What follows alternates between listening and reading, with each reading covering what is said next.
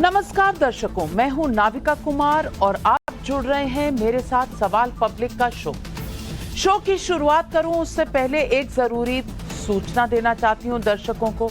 Times now Navbharat पर देखेगा नवभारत जीतेगा भारत प्रतियोगिता के विनर कौन हैं, उनके नाम आज भी मैं बताऊंगी, लेकिन उसके लिए जरूरी है कि आप शो देखते रहें और हम शो के बीच में आपको इन विनर्स के नाम बताएं। अमेरिकी एजेंसी मॉर्निंग कंसल्ट के 8 जून के सर्वे के मुताबिक प्रधानमंत्री नरेंद्र मोदी की अप्रूवल रेटिंग आज भी 9 साल के कार्यकाल के बाद 77% है।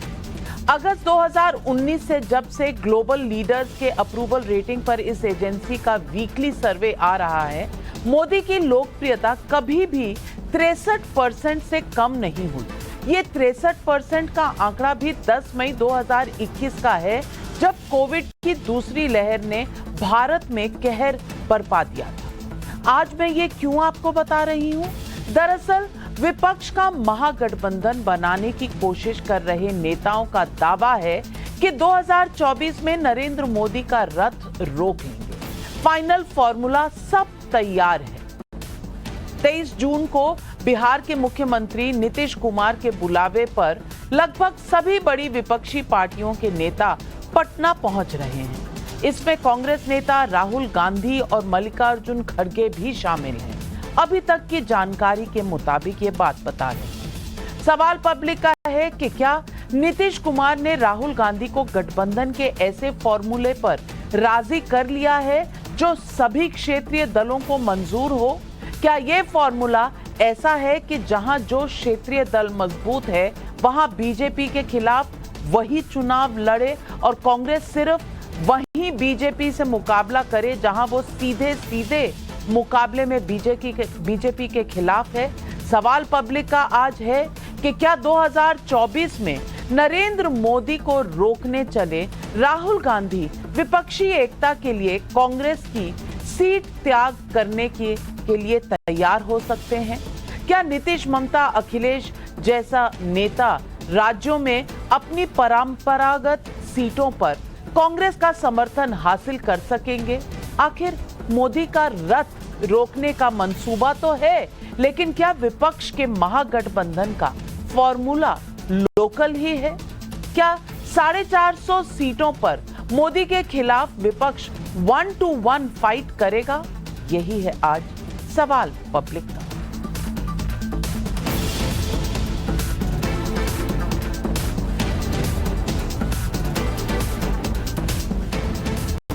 जून को पटना में हो रही विपक्ष की बैठक पहले 12 जून को होनी थी, लेकिन राहुल गांधी की मौजूदगी नहीं होने से बैठक को टाल दिया गया। बैठक के लिए राहुल गांधी के अमेरिका से लौटने का इंतजार क्यों किया गया? अकेले मल्लिकार्जुन खड़गे भी तो कांग्रेस की नुमाइंदगी कर सकते थे। क्या ऐसा इसलिए है क्योंकि 23 जून की बैठक का एजेंडा बहुत बड़ा है? क्या इस एजेंडे में विपक्ष के अन्य दलों के एस्पिरेशन के सामने कांग्रेस के मान जाने की गुंजाइश हो सकती है? आखिर किस फॉर्मूले पर राहुल के साथ ममता, अखिलेश और केजरीवाल जैसे नेता एक प्लेटफॉर्म पर आने को राजी हो सकते हैं? क्योंकि अगर मोदी के खिलाफ साझा विपक्ष को चुनाव लड़ना है तो किसी न किसी को तो सीटों का बलिदान देना ही पड़ेगा। सुनिए जेडीयू के वरिष्ठ नेता केसी त्यागी क्या कह रहे हैं। Nitish formula of opposition unity 2024 का मकसद यही है कि भारतीय जनता पार्टी के एक उम्मीदवार के मुकाबले में विपक्ष का एक उम्मीदवार हो। उड़ीसा, तेलंगाना, आंध्र प्रदेश और पंजाब को छोड़कर लगभग 450 सीटें ऐसी चिन्हित की जा रही हैं जहां पर कांग्रेस समेत सभी विपक्षी दल भाजपा के एक उम्मीदवार के मुकाबले में एक उम्मीदवार। क्या ये नीतीश फॉर्मूला सारे ही विपक्षी दलों को मंजूर है? जो दल पटना की बैठक में 23 जून को आ रहे हैं, उन सब दलों की इस पर सहमति है। मैं आपको 15 मई का ममता बनर्जी का भी एक बयान सुनवाना चाहती हूं। इस बयान में जो संकेत था वो ये कि क्षेत्रीय दलों की मजबूती के आधार पर कांग्रेस सीट त्याग करे। ये बयान 13 मई को कर्नाटक में कांग्रेस की जीत के बाद आया था। सुनिए ममता बनर्जी ने क्या कहा। I think whoever is strong in some places in every region, they should fight together. Means in suppose Bengal, I think we should fight Bengal. So the strong party must be given priority, and wherever is the Congress strong, in their respective 200 seat or something, what we have already calculated, let them fight. We will give support. No, nothing is wrong, but they have to see that they have to support the other political party also. I am giving you the support in Karnataka, but you are fighting against me every day. It should not be the policy. BJP in दिनों नरेंद्र मोदी सरकार के 9 साल पूरे होने पर पूरे देश में मेगा आउटरीच कार्यक्रम चला रही है। इसके तहत प्रधानमंत्री नरेंद्र मोदी समेत बड़े नेताओं की रैलियां भी हो रही हैं। इस बीच जब 23 जून को विपक्ष महागठबंधन की कवायद में जुटा है, तब आज से 3 दिनों पहले केंद्रीय गृह मंत्री अमित शाह, बीजेपी अध्यक्ष जेपी नड्डा और संगठन महासचिव बीएल संतोष की बीजेपी मुख्यालय में अहम बैठक हुई थी। क्या बीजेपी 450 सीटों पर 1-to-1 फाइट के विपक्ष के महागठबंधन वाले प्रयासों के बाद नई रणनीति बनाने को मजबूर हो सकती है? क्या बीजेपी को भी एनडीए का दायरा बढ़ाने के लिए जेडीएस और अकाली दल जैसे दलों को साथ लाने की कोशिश करनी पड़ेगी? सुनिए 23 जून की बैठक के पहले ही बिहार के उप मुख्यमंत्री तेजस्वी यादव किस तरह मोदी रथ को रोकने का दावा करने लगे हैं। लालू जी ने आडवाणी जी का रथ रोका, इस बार महागठबंधन की सरकार नीतीश जी के नेतृत्व में हम लोग यहाँ से मोदी जी का रथ रोकेंगे। तो इसलिए सारे विपक्षी दलों को जो है, इंक्लूडिंग कांग्रेस, रीजनल पार्टी, हम लोगों का प्रयास है कि एकजुट होइए। अगर ये लोग आ गए तो देश बचेगा नहीं। तो आज सवाल पब्लिक का है, 23 जून को विपक्ष की महाबैठक में क्या 450 सीटों पर मोदी से 1-to-1 फाइट पर मोहर लगेगी? सवाल नंबर 2, क्या मोदी से मुकाबले के लिए कांग्रेस रीजनल पार्टियों के सामने घुटने टेकने को तैयार है? सवाल नंबर 3, 2024 में मोदी का रथ रोकने की विपक्ष की रणनीति क्या बीजेपी पर भारी पड़ सकती है? सवाल नंबर 4, क्या विपक्ष के महागठबंधन के प्लान की काट के तौर पर बीजेपी भी क्षेत्रीय दलों से समझौता कर सकती है? यही है आज सवाल पब्लिक का। और इन सवालों के जवाब देने के लिए आज हमारे साथ जुड़ रहे हैं अजय आलोक, प्रवक्ता हैं बीजेपी के, आचार्य प्रमोद कृष्णम जी, नेता हैं कांग्रेस पार्टी के, अनुराग भदौरिया, प्रवक्ता हैं समाजवादी पार्टी के, स्वयं प्रकाश पुरोहित, प्रवक्ता हैं तृणमूल कांग्रेस के। लेकिन मेरा सबसे पहला सवाल जाता है केसी त्यागी, जेडीयू के वरिष्ठ नेता के पास। केसी त्यागी जी, मैं आपका बहुत स्वागत करती हूं सवाल पब्लिक का शो पर और आपसे पूछना चाहती हूं, 450 सीटों की अगर मोहर लगती है, एक अग्रीमेंट होता है कांग्रेस और बाकी दलों के बीच में, तो इसमें सबसे ज्यादा जो त्याग करना पड़ेगा वो तो कांग्रेस को करना पड़ेगा। अब कांग्रेस इसके लिए तैयार होगी? क्योंकि पिछली बार 421 सीटों पर लड़ने के बावजूद कांग्रेस के 52 सीटें आई थी। तो अब क्या वो 200 सीटों पर लड़ने के लिए तैयार हो जाएगी? और क्या मोदी का रथ फिर से एक बार लालू जी की जगह अब उनके बेटे तेजस्वी जी, नीतीश जी के साथ मिलकर रोक पाएंगे?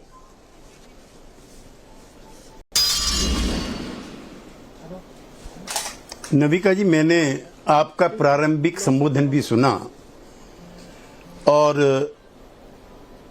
कई तरह के कॉन्ट्राडिक्शन विपक्ष में हैं, हम भी स्वीकार करते हैं। शुरुआत विपक्षी एकता की नॉन कांग्रेसी और नॉन बीजेपी दल इकट्ठे मिलकर के करें, ऐसी ममता जी ने, केजरीवाल जी ने और कुछ हद तक अखिलेश जी ने और केसीआर जी ने की थी। लेकिन हमारे एनडीए से, माने नीतीश कुमार जी के एनडीए से बाहर आने के बाद 25 सितंबर को पिछले साल जब मीटिंग हुई थी, उसमें शरद पवार जी भी थे, सीताराम येचुरी थे, ओम प्रकाश चौटाला थे, बादल साहब थे, शिवसेना थी, और नीतीश कुमार जी और तेजस्वी यादव जी भी थे। वहां से पहली बार हम लोगों ने कहा कि कांग्रेस पार्टी के बगैर कोई विपक्षी एकता संभव नहीं है। तीसरा मोर्चे के जरिए कोई प्रोग्राम नहीं बन सकता है भारतीय जनता पार्टी से मुकाबला करने का। उसके बाद नीतीश जी और लालू जी मिले सोनिया जी से, फिर 6 महीने के लिए बात चली गई, कोई पदयात्रा में थे राहुल जी, और कांग्रेस का चुनाव था। अब जो 23 तारीख की बैठक है नविका जी, उसमें जो दल इकट्ठा हो रहे हैं उनमें उन्हीं दलों को बुलाया गया है, क्योंकि कई बार ये भी होता है कि इसमें केसीआर नहीं आ रहे हैं, इसमें नवीन पटनायक नहीं आ रहे हैं, इसमें वाईएसआर नहीं आ रहे हैं, तो इन लोगों को हमने आमंत्रित भी नहीं किया है, इसलिए कि जिन लोगों की प्रतिबद्धता भारतीय जनता पार्टी के 2024 में मुकाबला करने की है, उन्हीं लोगों को बुलाया गया। नंबर 1 नंबर जो अपोजिशन यूनिटी का नीतीश कुमार फॉर्मूला ऑफ 2024 है, उसमें है कि 1 अगेंस्ट 1।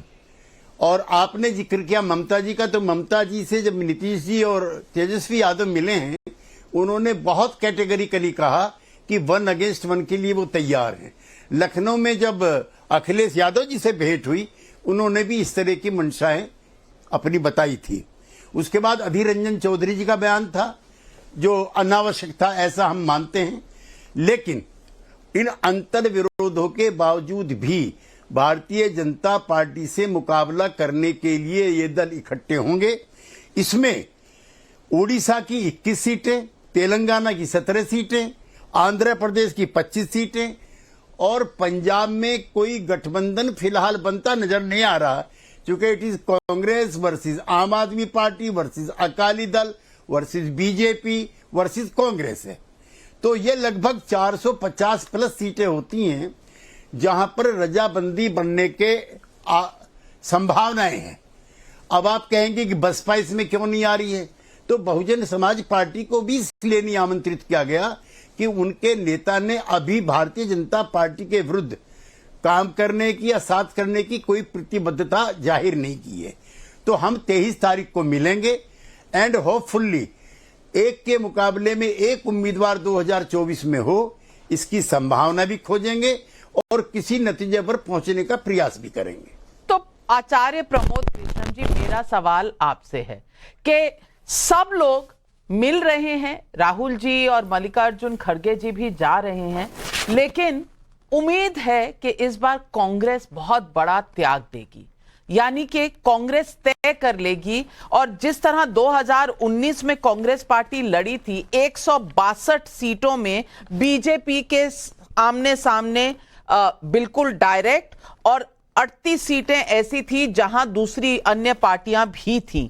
अब इन 200 सीटों पर जहां सीधा चुनाव हुआ था, उसमें लगभग पहली बार 2014 में 168 बीजेपी जीती थी, 25 कांग्रेस, और 2019 में 178 बीजेपी, और कांग्रेस की जो गिनती है वो सिमट कर रह गई थी शायद 17 पर।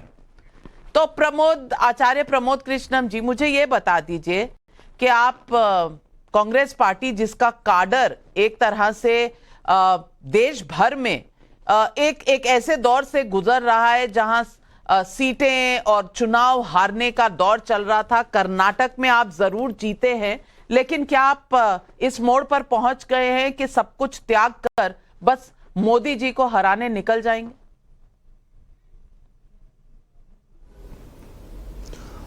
देखिए नाविका जी, इलेक्टोरल पॉलिटिक्स में हर एक चुनाव का अपना अलग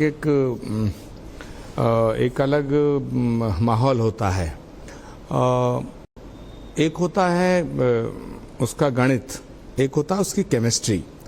तो गणित के दृष्टिकोण से तो ये बिल्कुल ठीक लगता है कि सारी पॉलिटिकल पार्टियां जो नरेंद्र मोदी जी और अमित शाह जी की पार्टी को हराना चाहती हैं, देश में एक नया प्रधानमंत्री लाना चाहते हैं, देश में बीजेपी की सरकार को हटाना चाहते हैं, तो ये बात बिल्कुल अच्छी है कि हम सब एक हो जाएंगे तो हम नरेंद्र मोदी जी की सरकार को दोबारा तिबारा आने से रोक सकते हैं। ये अच्छी बात है, ये गणित के दृष्टिकोण से ठीक है, लेकिन अगर ईमानदारी से इसका विश्लेषण किया जाए नाविका जी, तो ये हमें एक नई प्रॉब्लम भी इसमें खड़ी होती दिखाई देती है। ये बात अलग है कि हम भी चाहते हैं कि बीजेपी की सरकार हटे, हम भी चाहते हैं कि तीसरी बार नरेंद्र मोदी जी प्रधानमंत्री बनने से उन्हें रोक पाएं, और कांग्रेस पूरी ताकत से ये चाहती है कि देश की सत्ता से बीजेपी हटे, और जो हमारे रीजनल पार्टीज हैं, जो जिनको हम सेकुलर पार्टी मानते हैं, सेकुलर सहभागी मानते हैं, वो भी सब चाहते हैं कि भाई बीजेपी की सरकार को हटना चाहिए। लेकिन इसमें 2-3 प्रॉब्लम और हैं। इसमें जो पॉलिटिकल पार्टीज की जो केमिस्ट्री है, जनता की जो केमिस्ट्री है, वो देखना पड़ेगा, और क्रेडिबिलिटी देखनी पड़ेगी कि हम सारे दल मिलकर के एक हो जाएं, एक मंच पे आ जाएं, तो क्या जनता हमारी बात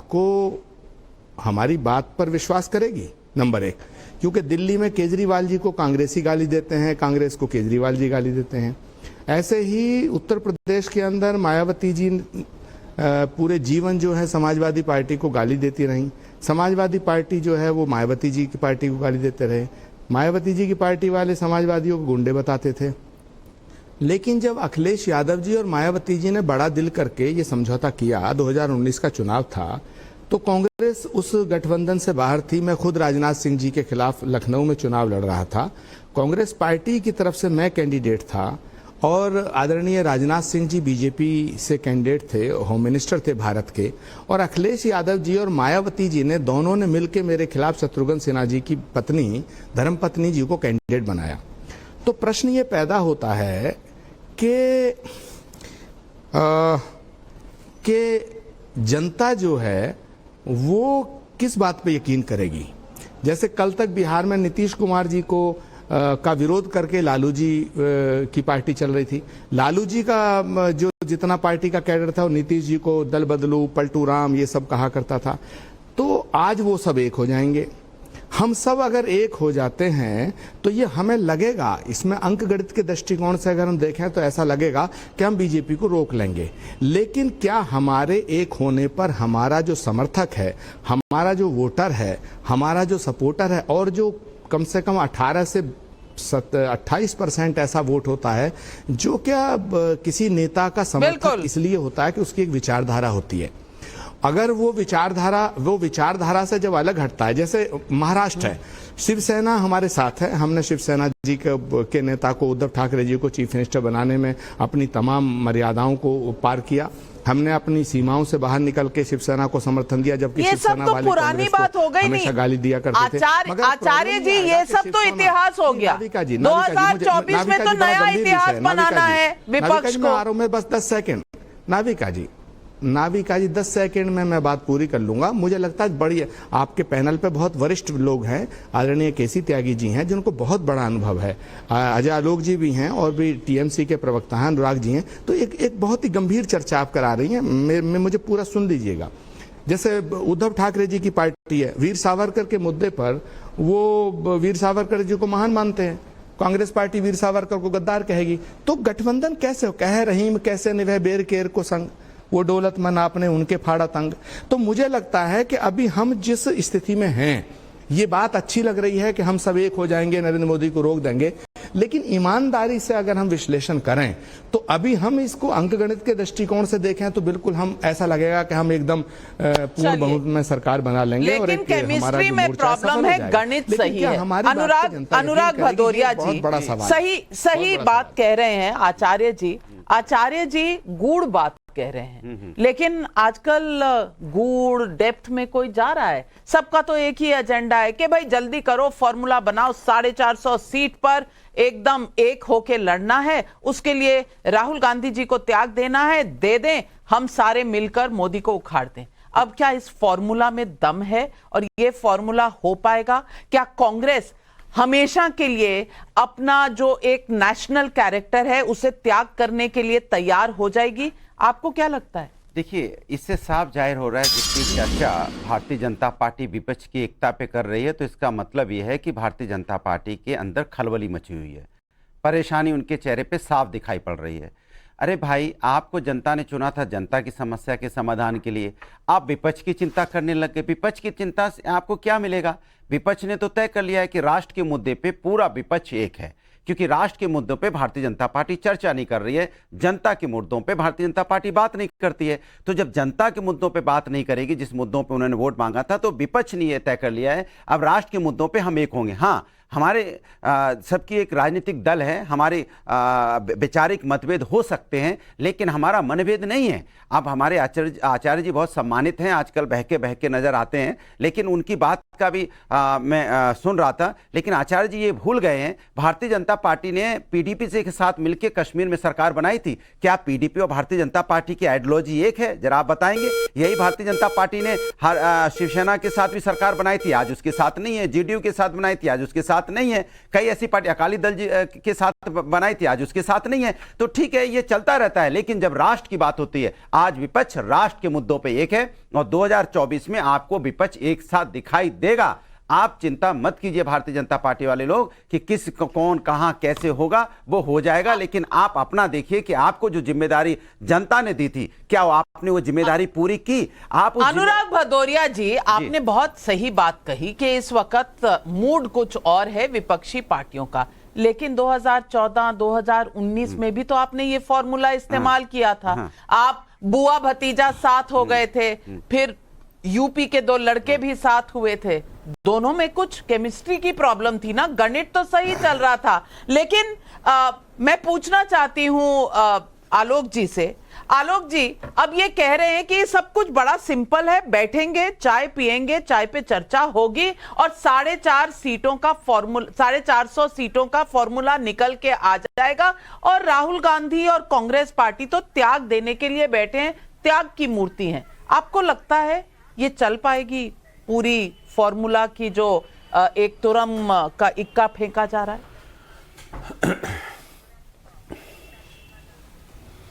नविका जी, त्यागी जी की बात सुन के और अनुराग जी की बात सुन के एक शेर याद आ गया कि इंसान की ख्वाहिशों की कोई इंतहा नहीं, इंसान की ख्वाहिशों की कोई इंतहा नहीं। 2 गज जमीन भी चाहिए, 2 गज कफन के बाद। ठीक है, ख्वाहिश है बीजेपी की, सही कह रहे हैं। एकता की ख्वाहिश है तो इसमें बुराई क्या है? एकता होनी चाहिए, करिए एकता। मना क्या किया है भाई? हम कौन होते हैं मना करने वाले? बिल्कुल सही है। आप आइए, पटना में बैठिए 23 तारीख को, तो चाय वाय पीजिए। बिल्कुल। उसके बाद अपनी रणनीति तैयार कीजिए। हम अपनी रणनीति तैयार करने में लगे हुए हैं, लेकिन सवाल ये है कि क्रेडिबिलिटी किसकी बची है? जो जनता के सामने क्या कहने जाएंगे? बीजेपी ना, ठीक है। और ये कब एक साथ नहीं हुए थे? 19 के चुनाव में क्या बुआ भतीजा साथ में नहीं लड़े थे? अपना बताओ। 19 में बिहार में कैसे चुनाव हुआ था? जेडीयू कहां थी? लालू कांग्रेस लोग एक साथ थे, जेडीयू बीजेपी एक साथ रहे। बीच में क्यों बोल रहे हैं भाई? बीच में क्यों बोल रहे हैं? बोल लीजिएगा बाद में, खाली याद दिला, बाद में बोल लीजिएगा। नहीं, जेडीयू बिहार में तो सुपड़ा साफ हो गया था 39। अब आज के डेट में जेडीयू निकल गई है, तो जेडीयू के निकलने से फर्क क्या पड़ता है? अकाली दल बिहार में उसके बाद के जितने बाइपोल हुए, जेडीयू और ये महागठबंधन कहां गया? सारे तो हार गए। और इसीलिए ये सब गठबंधन वगैरह से फर्क नहीं पड़ता है। आपके जब दिल नहीं मिले, जो केमिस्ट्री की बात हो रही थी, जब केमिस्ट्री है नहीं तो आपका वर्कर ग्राउंड पे कहां से मिलेगा? अच्छा, बहुजन समाज पार्टी और समाजवादी पार्टी ने गठबंधन किया तो क्या उनके वर्कर्स का गठबंधन हो गया? अपने अपने गढ़ में ये लोग हार गए। तो इसलिए राजनीति सिर्फ फिजिक्स से नहीं चलता है और मैथमेटिक्स से नहीं चलता है, केमिस्ट्री की बहुत जरूरत होती है। और जो यहाँ मिलने आ रहे हैं उनकी केमिस्ट्री कितनी अच्छी है मुझे बताने की जरूरत नहीं है, देश की जनता भी भली भांति जानती है कि कितनी अच्छी केमिस्ट्री है। सच्चाई ये है कि आज की तारीख में कांग्रेस पार्टी मुर्गा लड़ा रही है। इस देश की सबसे पुरानी पार्टी कांग्रेस है, उसको मुर्गा लड़ाने का बहुत पुराना एक्सपीरियंस है। तो बाकी जितने विपक्षी दल है ना, वो कांग्रेस मुर्गा लड़ा रही है, आराम से खेल रही है इन लोगों के साथ कि किसको कितना खेलना है। और कर्नाटका के चुनाव के बाद जिस तरह से इलेक्टोरेट का रुख बदला है और जेडीएस को झटका जो लगा है, उससे नींद उड़ी हुई है इन विपक्षियों की, बाकी जितने रीजनल पार्टीज हैं, कि कहीं जेडीएस वाला झटका हमें ना लग जाए हमारे स्टेट में। सारे इफ्स एंड बस, प्रोज एंड कॉन्स हैं, लेकिन प्रोज एंड कॉन्स की हम क्यों चिंता करें? हम अपनी चिंता कर रहे हैं। इनके अपने अंदर की इनसिक्योरिटी इनको कभी एक नहीं होने देगी। दिक्कत ये ना है, ये बात याद और रखिएगा। मुर्गा गलती लड़ा से, रही है अगर कांग्रेस बीजेपी पार्टी। मैं इस बात पर आऊंगी, लेकिन स्वयं पुरोहित जी हैं अब आपके भाजपा देखो, भाजपा 23 तारीख को आपने उनको जप्फी डाल के मिलना है। 23 तारीख को आपने उनको जप्फी डाल के मिलना है, उनको बोलने तो दीजिए। कमाल है, एकता करवा रहे हैं हम यहाँ पर। एक मिनट, स्वयं पुरोहित जी तृणमूल कांग्रेस के हैं, बिल्कुल हमारे साथी हैं, हाँ बिल्कुल, रिस्पेक्ट से बीजेपी को। स्वयं पुरोहित जी अब मुझे जी नमस्कार। नमस्कार, मैं आपसे पूछना चाहती हूं कि ये तो ममता बनर्जी ने तो बिल्कुल सीधी बात की, और वो पहले से सीधी बात कह रही है, इसके लिए मैं उनको सैल्यूट करूंगी। उन्होंने पहले से कहा है बंगाल में हम शेर हैं, हम लड़ेंगे, बाकी जगह हम कांग्रेस को सपोर्ट कर देंगे। लेकिन मुद्दा यहां आकर फंसता है कि आप तो हैं ही सिर्फ बंगाल में, समाजवादी पार्टी तो है ही सिर्फ उत्तर प्रदेश में, इसलिए बाकी पूरे देश भर में उनको सपोर्ट कर दें या ना करें कोई किसी को फर्क नहीं पड़ रहा। लेकिन कांग्रेस पार्टी की तो विचारधारा नेशनल थी और नेशनल है। 421 सीटों पे वो पिछली बार लड़े थे। मैं आपसे पूछना चाहती हूं कि जितनी भी पार्टियां साथ आ रही हैं, चाहे वो आरजेडी, जेडीयू, चाहे वो समाजवादी पार्टी, डीएमके, ये सब कह रहे हैं हम आपको बाकी देश में करेंगे, हमारे स्टेट में मत आओ, तो कांग्रेस जाएगी कहां? और कांग्रेस के साथ ये जो फॉर्मूला का आप एक प्लान बना रहे हैं, ये बनेगा कैसे? ये जो मुर्गा लड़ाई बात कर रहे हैं, नहीं, ये हल्की बात है। ये अजय आलोक जी अभी नए भारतीय जनता पार्टी के प्रवक्ता बने हैं, उनको बोलने का ऐसे संस्कार मिल रहे होंगे भारतीय जनता पार्टी से, मगर ये मुर्गा लड़ाने की बात नहीं है। क्या ये मुर्गा लड़ा रहे हैं शिव शिंदे सेना के विभाजन करके, महाराष्ट्र में शिंदे को तोड़ करके? नीतीश कुमार को कितना कमजोर किया अजय आलोक जी से ज्यादा कौन जानता है? बिहार में भारतीय जनता पार्टी जिसके साथ रही है, अपने ही दलों को कमजोर किया है। अकाली दल क्यों छोड़ के चली गई? देखिए 2024 का जो चुनाव होने वाला है वो भारत की जनता वर्सेस भारतीय जनता पार्टी होगा। भारत की जनता तय करेगी कि अगला मुख्यमंत्री, प्रधानमंत्री देश का कौन होगा। और देश की महंगाई और बेरोजगारी, आप बीच में मत बोलिए अजय आलोक जी, आपको समय मिला है। देखिए कर्नाटक का चुनाव के अंदर में जब चुनाव हुआ ना, जनता जब वोट देने गई तो वोट पोलिंग बूथ के बाहर में गैस के सिलेंडर रखे हुए थे। ये जो बढ़ती हुई महंगाई है, ये 1200 रुपए सिलेंडर आप जो बेच रहे हैं, आज ही क्रूड ऑयल के दाम कम हुए हैं, इसके ऊपर इनकी कोई जवाबदेही नहीं है। ये इधर और उधर की बात करेंगे, ये देश हित की बात नहीं करेंगे। देश के लोगों को, गरीबों को, आज 35 करोड़ लोग राशन में खड़े होते थे, अभी 80 करोड़ लोग राशन ले रहे हैं। ये है इनके 9 साल 10 साल की कमाई। ये बात कर रहे हैं कि देश को किस स्तर में लाके खड़ा कर दिया है। जिस डॉलर को ये जब ये सत्ता में आए थे, आज वो डॉलर कहां चला गया है? ये गिरता हुआ रुपया ये नरेंद्र मोदी की सरकार की प्रतिष्ठा बता रहा है। इसका जवाब देश की जनता 2024 में इनको देगी। देखिए देश की जनता जब देती है ना, तो वो थप्पड़ मार करके ले लेती है वापस। जब लेगी तो आपको ये सोचना है कि भारतीय जनता पार्टी वर्सेस चुनाव होने वाला भारत की जनता, उसमें जो दल साथ में आएंगे, जो दल भी साथ में आएंगे, चाहे कांग्रेस हो चाहे जो भी। तो स्वयं पुरोहित जी, कर्नाटक में, हिमाचल में कांग्रेस की सरकार आते ही बिजली के दाम बढ़ गए, तो क्या थप्पड़ किसको लगा? नहीं, कर्नाटक नहीं, देखिए थप्पड़ किसको लगा? सुनिए, वो सेंट्रल गवर्नमेंट का जो प्लानिंग किया हुआ है, उसका जवाब आपको भारतीय कांग्रेस की तरफ से मिल जाएगा कि कहां दाम बढ़े हैं, क्या घटे। सारे जवाब, सुनिए, मगर आप ये बताइए, सारा मीठा गपगप, कड़वा थू और यही आचार्य जी आपके साथ गठबंधन का सच है जो आपके सामने है, ये सब लोग आपको सपोर्ट कर देंगे। बस इनके राज्यों में मत जाइएगा बिहार, मत जाइएगा तमिलनाडु, मत जाइएगा बंगाल, तो आपके लिए आधा देश तो नो एंट्री हो जाएगा। अब तैयार हैं आचार्य जी इसके लिए?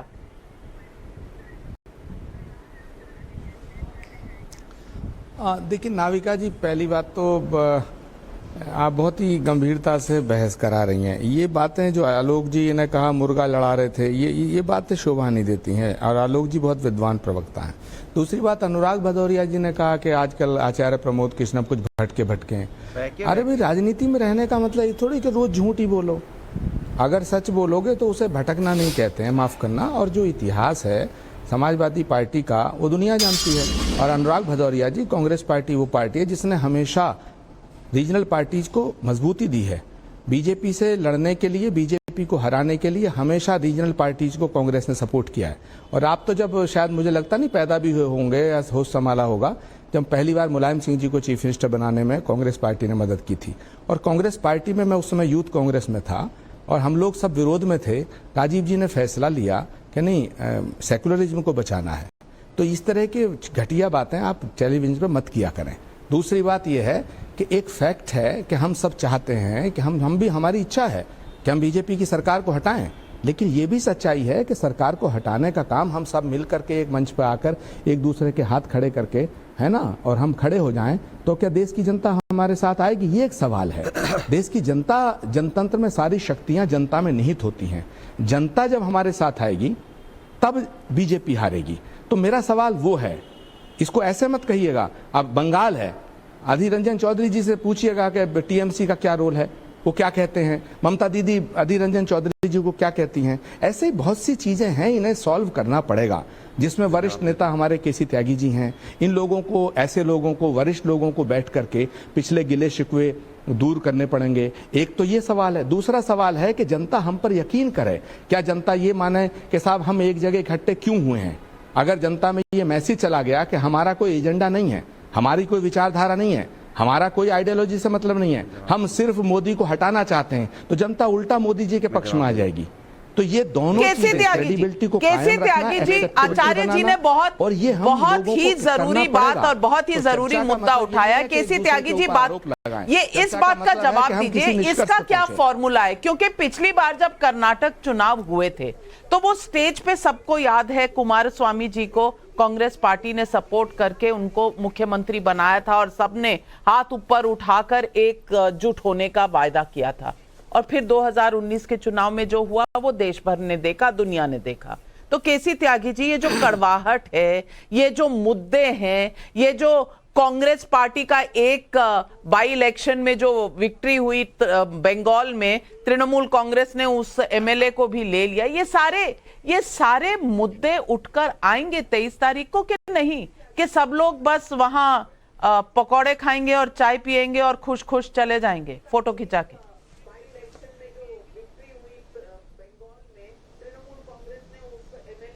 नहीं नविका जी, आपको इतने हल्के तरीके से, आप एक बड़ी चैनल की एडिटर हैं, वो इतने हल्के पकोड़े खाएंगे, चाय पिएंगे, चले जाएंगे, इतने हल्के तरीके से आपको कमेंट नहीं करना चाहिए। ये विपक्ष के जो नेता वहां पर मौजूद होंगे, उनके इतिहास हैं, वो राजनीति में लंबे समय तक उन्होंने काम किया है, उन्होंने जेलें काटी हैं। और ऐसा नहीं है कि ये कोई बीजेपी के खिलाफ आज मोर्चा बन रहा है मोदी जी के। मैं थोड़ी, मेरी उम्र आपसे ज्यादा है, इसलिए मैं अपने अनुभव भी आपसे शेयर करूं। ऐसा इंदिरा जी के खिलाफ भी बनता था। 71 में हम लोगों ने मोर्चा बनाया था इंदिरा जी के खिलाफ, जब इंदिरा जी ने कहा था कि मैं गरीबी हटा रही, वो मुझको हटा रहे हैं, एंड शी वॉन। लेकिन 4 साल के बाद क्या हुआ? जयप्रकाश जी के नेतृत्व में आंदोलन चला, इंदिरा जी हार गई। 1984 में 400 सीटें कांग्रेस पार्टी की आई और हमारे जैसे विपक्ष के कार्यकर्ताओं को लगता था, जिसमें जनसंघ और बीजेपी भी शामिल थी, कि अब 20 साल तक कोई नहीं हटा सकता। 89 में महाशक्तिशाली कांग्रेस भी पराजित हो गई। जो आचार्य जी सवाल उठा रहे हैं, आचार्य जी वो पब्लिक में फोरम के नहीं है, माफी चाहता हूं, मैं बहुत स्नेह भाव रखता हूं आपके लिए। ये हम और आप, अनुराग भदौरिया, बैठ के तय कर लेंगे। और जो टीएमसी के प्रवक्ता ने कहा है उसको भी सुनो ना। ममता बनर्जी खुद कह चुकी हैं बिहार के दोनों नेताओं से कि मैं 1 अगेंस्ट 1 के लिए तैयार हूं। तो फिर हमें क्या दिक्कत है जो इस पे बैठे हुए चैनल पे? बड़ी भूमिका ममता जी की होगी, इसमें कहा दो रहे हैं।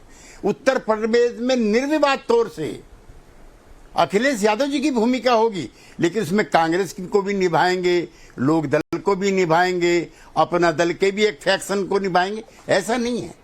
और बिहार का भी एक जिक्र किया था, हमारे 18 साल के रिश्ते थे, उसको आप सब लोग एप्रिशिएट करो। हमने तो खत्म किए। हमारे 50 साल के रिश्ते खराब थे कांग्रेस से, हमने तो खत्म किए। जो आज बिहार मॉडल है, हम चाहते हैं कि समूचे देश में वो मॉडल बने। हमने Congress party, RJD, JDU, CPI, CPM, CPI, ML और जीतमनाथ जी की पार्टी, सबने मिलकर के उम्मीदवारों की भी और सीटें भी तय कर ली हैं।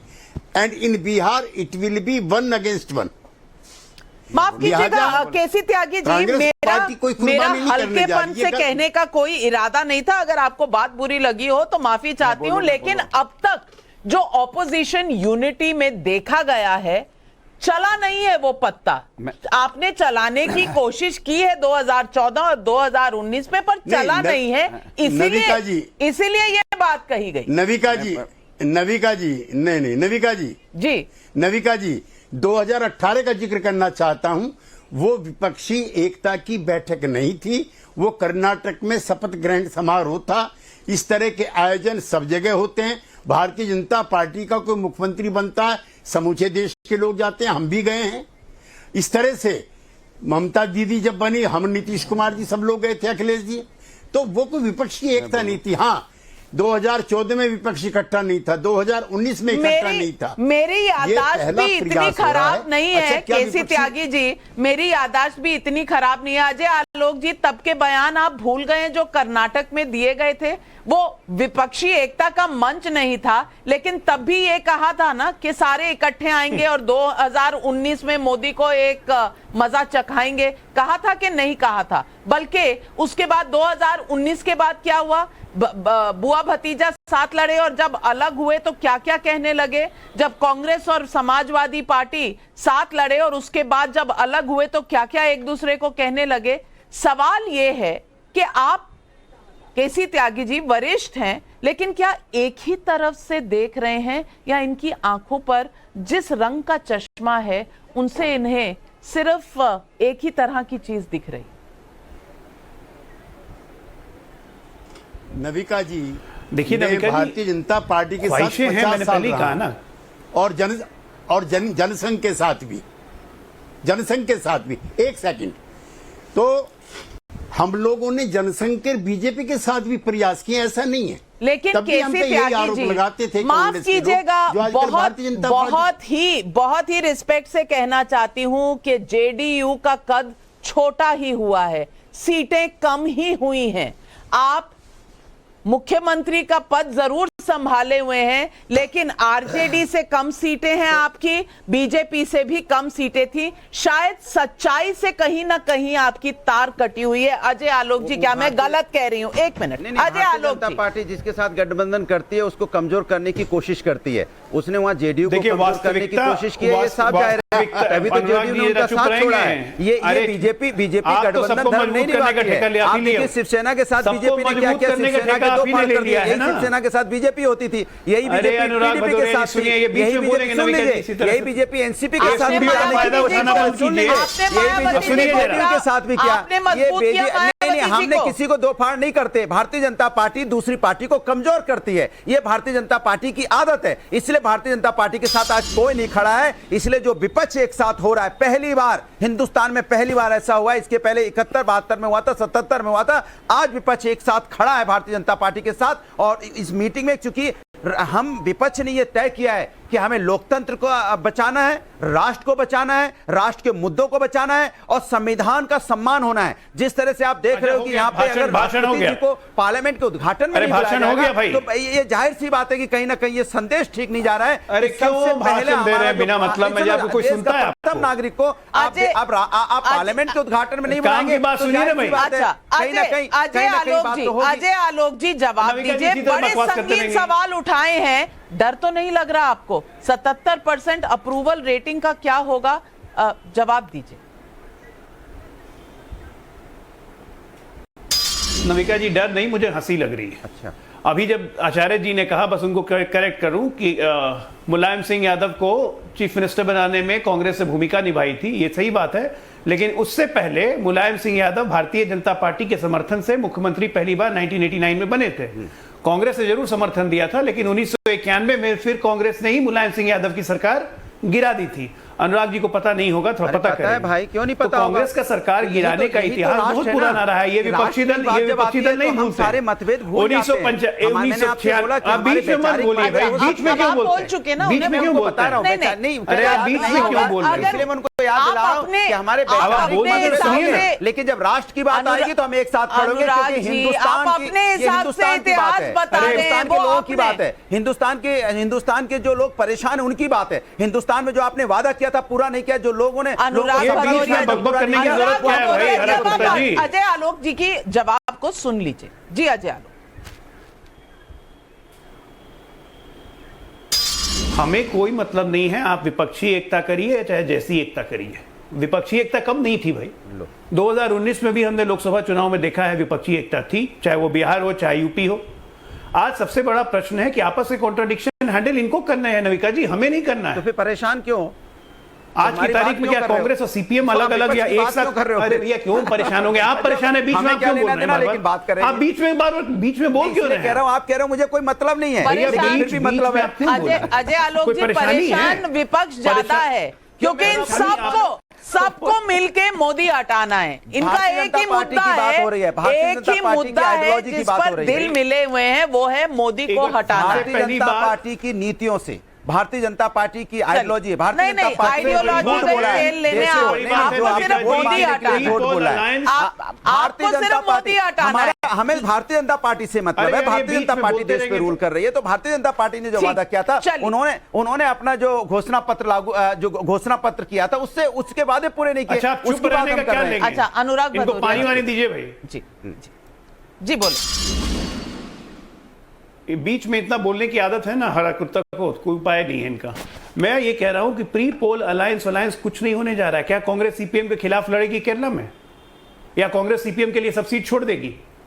इस तरह आधा देश तो कांग्रेस छोड़ ही देगी, तृणमूल के लिए कांग्रेस छोड़ देगी बंगाल। यहां पे नीतीश जी बोलेंगे, याद रखिए मैं कांग्रेस की भी बात इन लोगों को याद दिला देता हूं। 2009 के चुनाव में लालू जी ने 4 सीटें दी थी कांग्रेस को, अलायंस टूट गया था और फिर कांग्रेस अकेले लड़ी थी। उत्तर प्रदेश में क्या समाजवादी पार्टी बोलेगी कि सिर्फ रायबरेली और अमेठी लड़ लीजिए, बाकी छोड़ दीजिए? मान जाएगी कांग्रेस? हलवा है क्या? ऐसी राजनीति होती है? आपके हिसाब से तो ठीक है, बहुत बढ़िया, कांग्रेस मान जाए तो हम लोग के लिए और अच्छा है, हम लोग उसी हिसाब से लड़ेंगे। हम तो अपनी तैयारी कर चुके हैं भाई।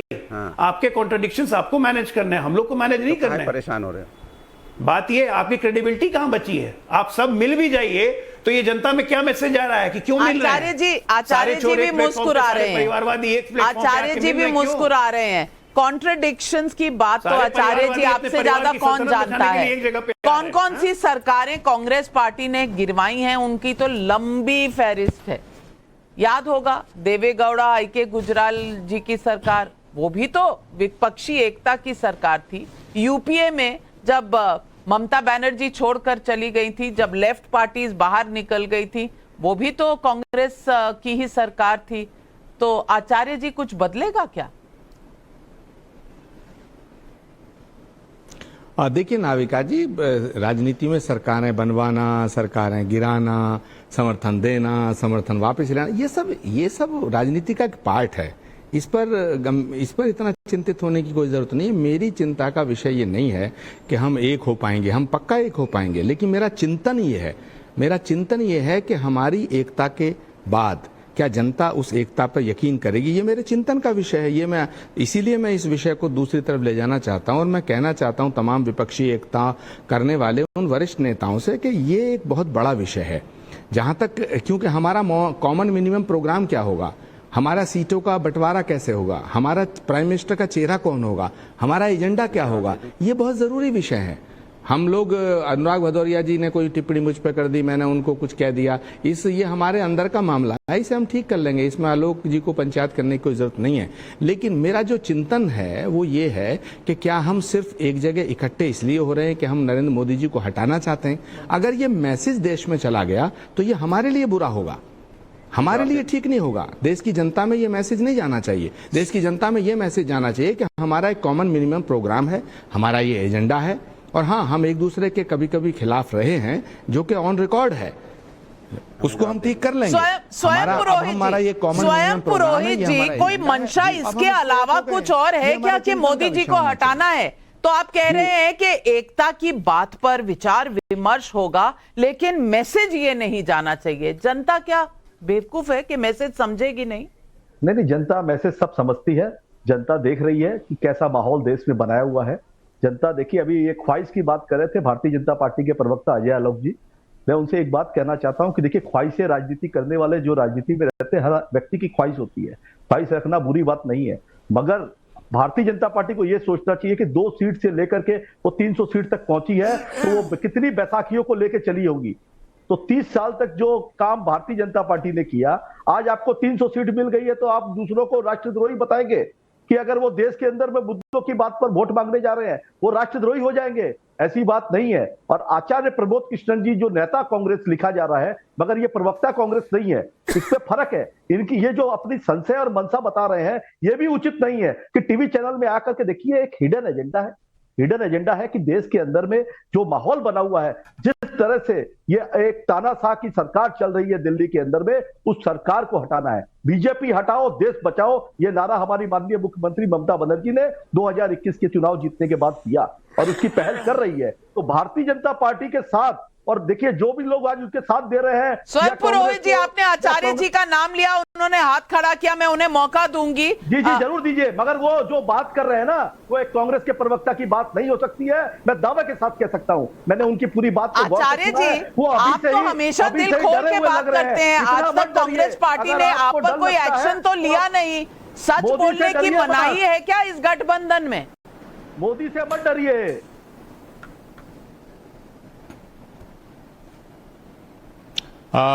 देखिए नाविका जी, मेरा ये विषय नहीं है, मैं इन्हें जानता भी नहीं है कौन है क्या है, मैं इनके विषय में क्या टिप्पणी करूं। लेकिन मैं वाकई कांग्रेस का प्रवक्ता नहीं हूं, ये दुनिया जानती है। जो अधीर रंजन चौधरी जी हैं, वो ममता जी के लिए क्या क्या कहते हैं। वो कहते हैं कि ये सबसे ज्यादा बीजेपी की नंबर 2 पार्टी है। उनके विषय में टिप्पणी करना ज्यादा अच्छा रहेगा। अधीर रंजन चौधरी जी के बारे में टिप्पणी करिए ना। दूसरी बात ये, मेरा क्या है, मैं क्या हूँ, सुनिए सुनिए सुनिए सुनिए आप सुनिए सुनिए सुनिए सुनिए सुनिए बात की बात जो सीपीएम के साथ हाथ मिला के हो गई एकता, जो साहब मैं बता रहा हूँ, हो गई एकता। आप तो यही चाहते हैं, आप खुश होइए, आप यही चाहते हैं, आप मोदी से डराइए लोगों को, आप पेन दिखा के मोदी से डराइए। अब मैं पूरा पहले जो आप पुरोहित जी, अपने से बड़े लोगों को बात तो पूरी खत्म करने दीजिए। आप बुला रही है स्वयं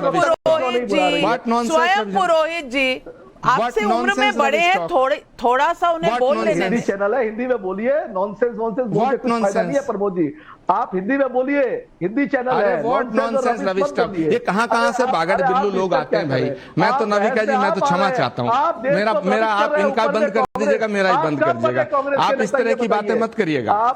ये क्या कहना चाहते हैं? ये टीएमसी जो है, ये आप बोलिए ना, ये जो टीएमसी के प्रवक्ता बैठे हैं, इनसे कहिए मेरी बात तो सुन लें।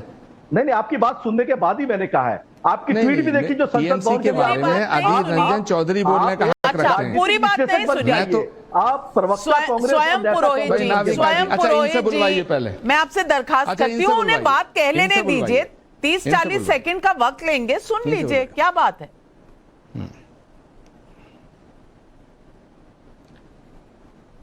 अब ये बोल लिए। हाँ जी, आप बोलें। आचार्य प्रमोद कृष्णम को गाली देने का काम 10-15 सालों से बीजेपी और विश्व हिंदू परिषद करता है।